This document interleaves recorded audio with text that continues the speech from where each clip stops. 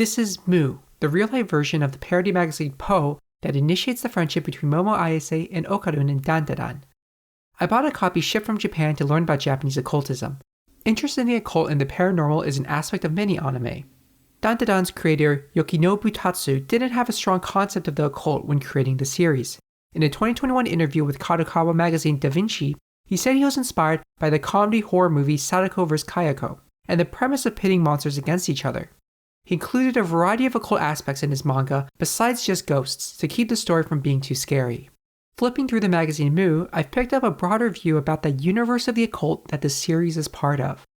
I noticed that even in the anime, the Japanese occult scene appears quite US-centric. This is not too surprising if UFO fascination is thought of as American mythology. The conspiracies listed by Okarun are the nature of Project Pegasus, which is a real-life spying controversy that in the show is incorrectly attributed to the CIA and DARPA, plus the US military and UAPs and the Japanese Space Force. The magazine similarly covers and adapts coverage from the US. The cover story is about the NASA Artemis mission to the moon and recounts the space policy of different US presidents. But Mu also goes much further than purely recovering stuff from the US, unifying broad areas of paranormal fascination. The cover promises content about UFOs, special powers, UMAs or cryptozoology, strange occurrences, ancient civilizations, secret spirituality, and urban legends. There are long pieces about contemporary issues like Bitcoin and quantum mechanics, alongside articles about Mayan ruins and speculations about doomsday scenarios. Then there's spooky stories, remains of ancient creatures, and, as is typical for a Japanese magazine, a mail-order catalog. Here, they're advertising amazing commodities, expensive accessories or household items purportedly imbued with spiritual power.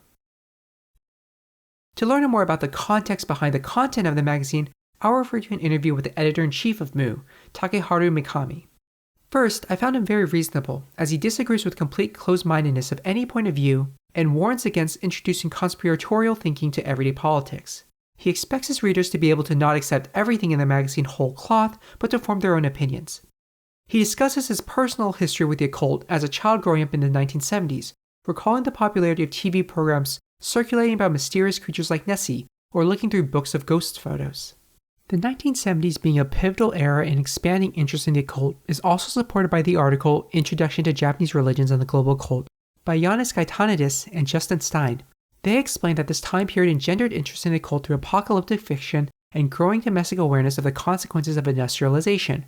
Occultism was firmly part of the public consciousness. An example of this popularity and a foreign influence on the Japanese occult scene was the psychic Uri Geller, the spoon-bendy guy, who frequently appeared on television in Japan in the 1970s to demonstrate psychic abilities.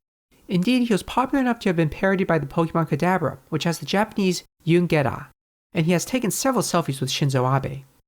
This is a shallow analysis of cultural and religious forces in Japanese occultism.